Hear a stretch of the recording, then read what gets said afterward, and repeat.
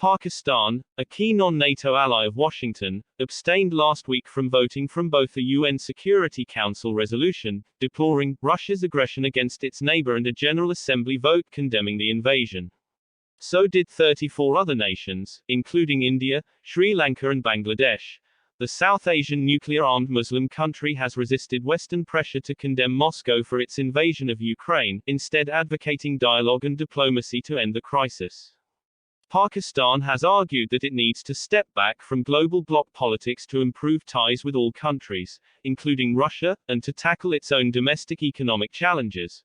Western diplomatic missions in Pakistan on the eve of the General Assembly vote had collectively urged the host country to denounce Russia's invasion of Ukraine and support international calls for Moscow to immediately stop the war.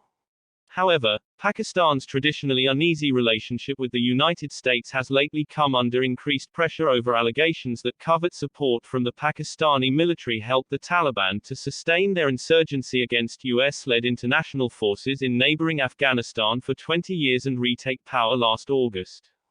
Pakistan rejects those allegations. Russia and Pakistan, once bitter adversaries, have in recent years moved to restore ties, that analysts say is an outcome of the South Asia country's frosty relations with the United States. US officials acknowledge that Pakistan continues to play a crucial role in assisting international efforts aimed at evacuating Afghans at risk since the return of the Taliban to power in Afghanistan.